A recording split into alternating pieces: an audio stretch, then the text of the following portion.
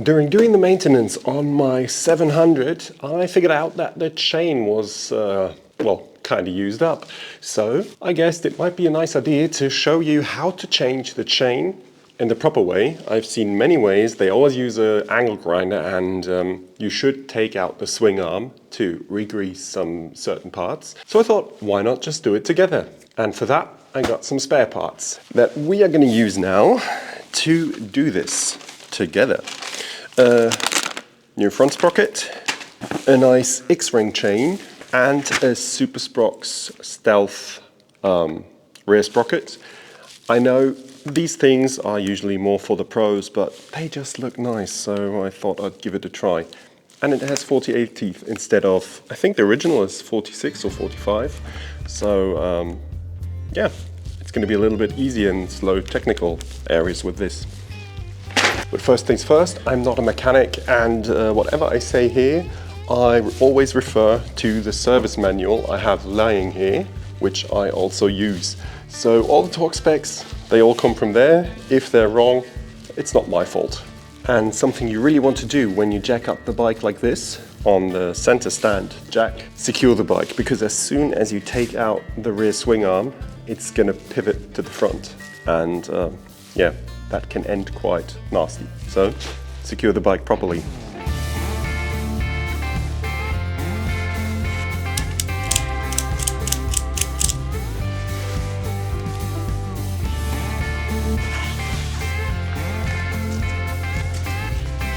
So first things first, we are going to take out the rear wheel to have enough access to everything, because we need to take out the rear suspension.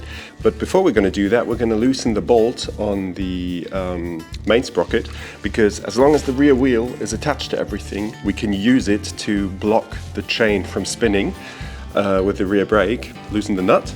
Then we're going to take out the rear wheel and start taking everything apart. Let's go!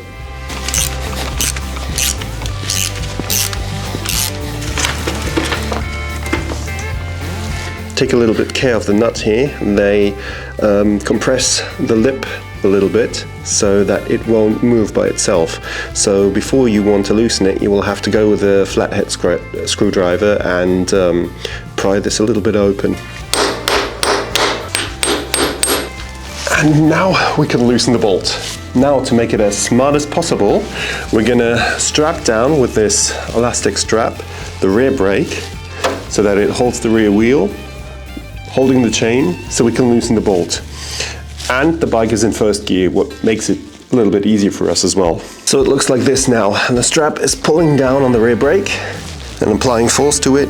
So now we can loosen the bolt, the nut. Yeah, I know, the wrong socket for an impact driver, I don't care.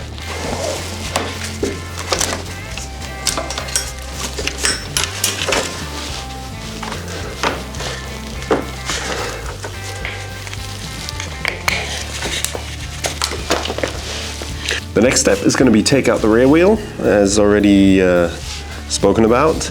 I just don't know to get the swim arm out if we have to take off the bash plate, but that's something we're going to find out. So let's go. Ha, easy. Love this thing.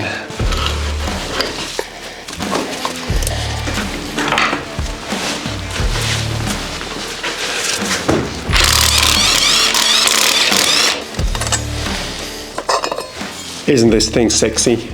By the way, mounting it 80 Newton meters on the bolts and no Loctite. I know it sounds a little bit weird, but you'd only put Loctite on the bolts for the brake disc, not on the nuts for the sprocket. That's how the manual says it is, so let's do it that way. We're going to clean that first a little bit. By the way, this is a 48 tooth sprocket for the rear wheel, and the original is a 45. With this you are a little bit better in off-road conditions because it reduces the speed. So in first gear you can do a little bit more technical stuff. Otherwise it's really nice, and the weight difference is not too big, but this looks way sturdier. and nicer. So we're going to tighten them all nice and hand tight, and when that's done we're going to take the torque wrench and torque them down to 80 Newton meters, and do that always in a cross pattern, in a crisscross pattern.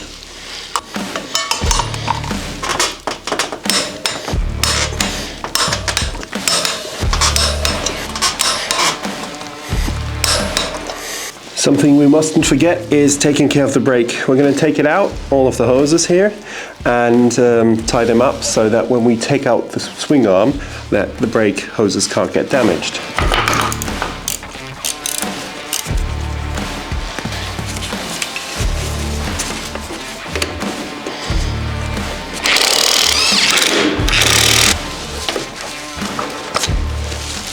So it seems that this nut here for the swing arm is a 22 mil. That's not a very common size, so I do not have it here and I'll have to order it first. So I'll quickly do that and then we can continue here. Hey, welcome back. It all took a little bit longer because I suffered severely from the man flu, but I luckily survived. And thanks to the delay, I had some time to order the proper tool to get the axle nut out.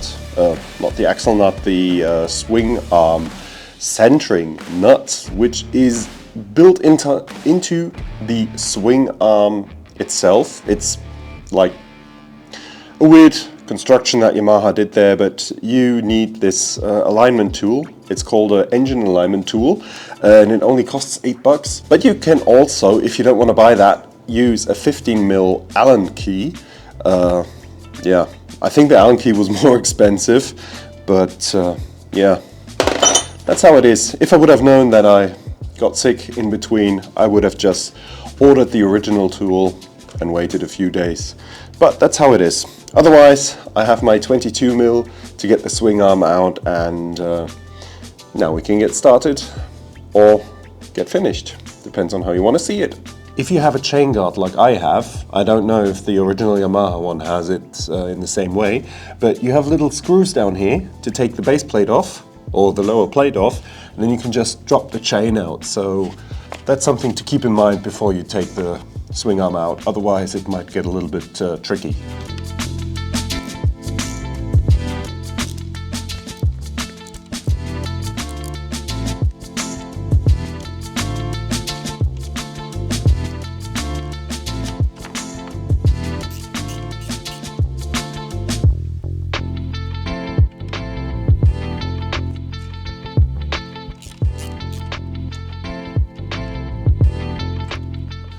Well then, let's finally get this swing arm out of here.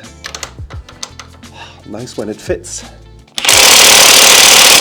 Wow, loud. That wasn't fun. Not at all. Whew.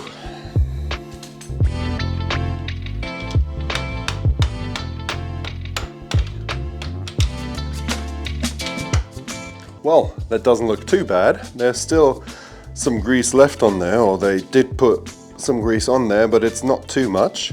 The only thing that concerns me a little bit is you have here some kind of, yeah, it looks like grooves. You can't feel them, but they're definitely there. You should see it like that.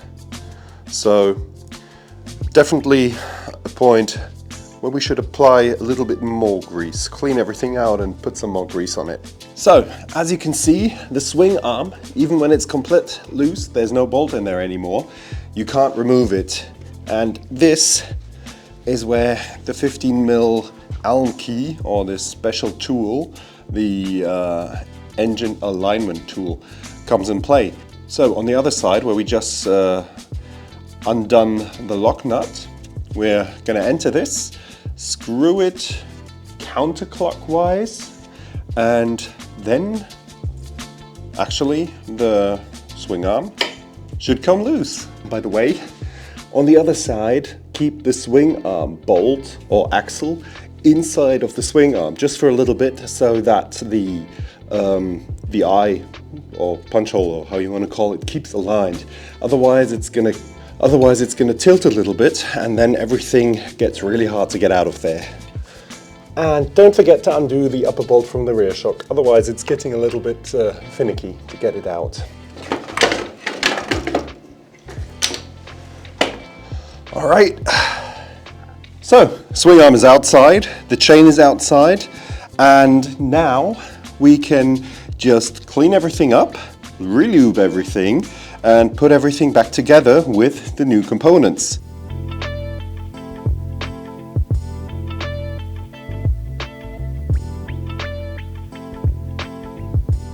So, everything is cleaned up. Now we can have a look at the swing arm bearing and see how it looks.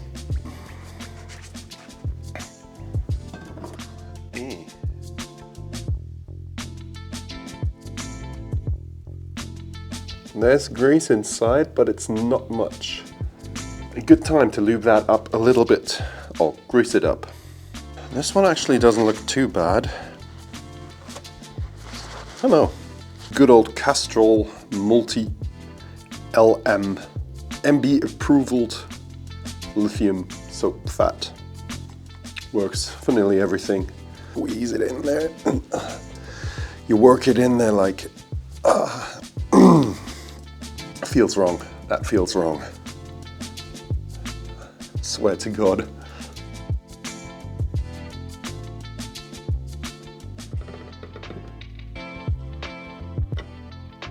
So, now we can start putting everything back together.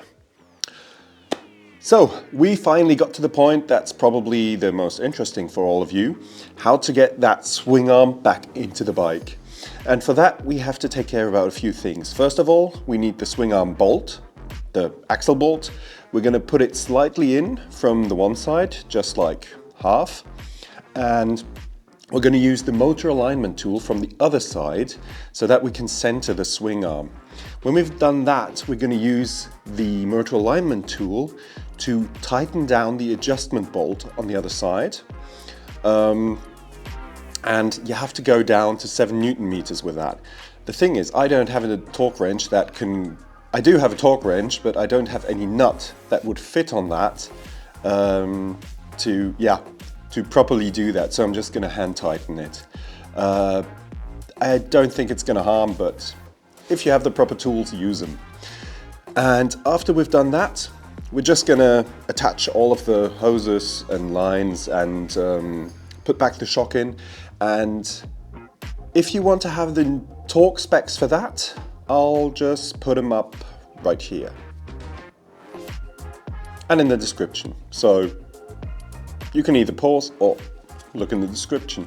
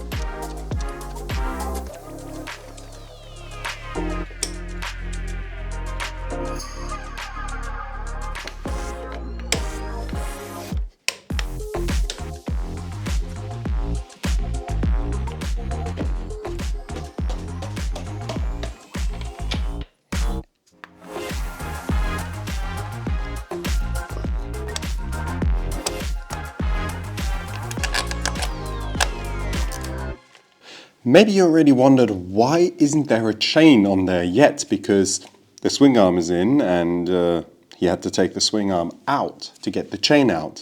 Because this is not an endless chain, this is an open chain. That means that I can just put it over like a rope and then I have to connect the ends together with a chain link. This one has a chain link that you have to compress, and there are also chain links like this. They have a clip connector.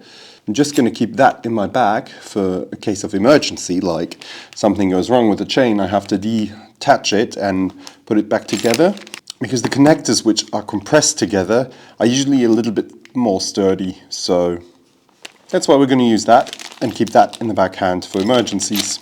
First we're going to put on the front sprocket, always with the rubber on the outside.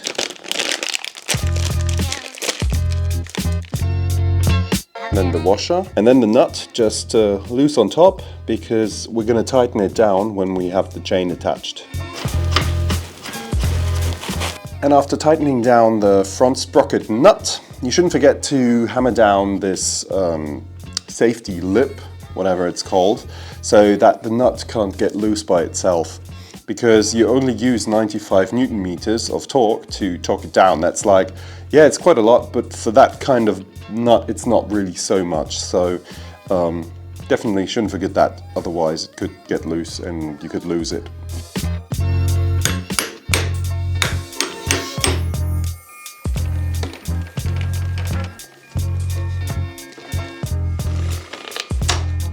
Oops.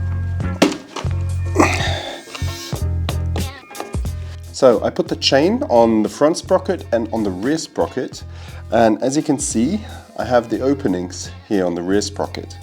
We're doing that to make it as easy as possible, because we're going to put the chain link from the back side in, press the front part on top, and then we're going to move it to the middle section so that we can use the clamping tool to just compress the chain link together. And when we've done that, we're going to adjust the chain slack. And after that, it's just easy going. Just put everything back together and take the bike for a ride.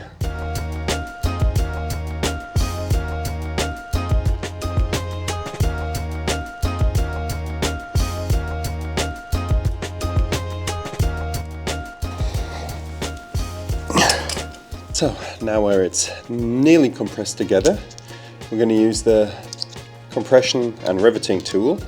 First, to use the side where you have this groove to compress down the top part, and after that we're going to go to the rivets and rivet them down.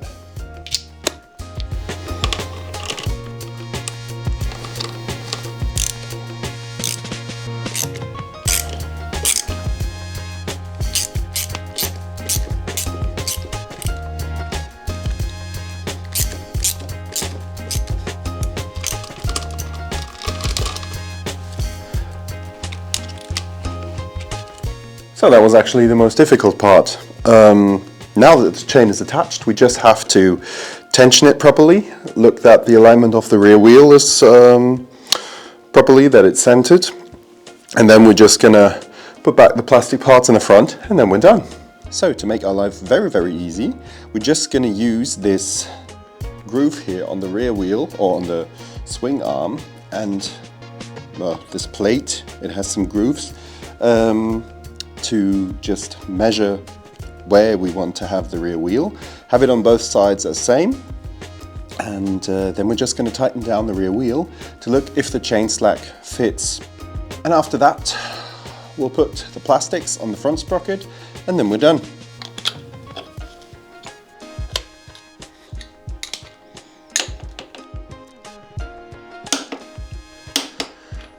The chain slack is a little bit on the short side, but that's okay because we have the chain guard attached, and you can always take off like a few millimeters because of that. So we are in spec, but on the very shortest part. So it's okay, I'll take that.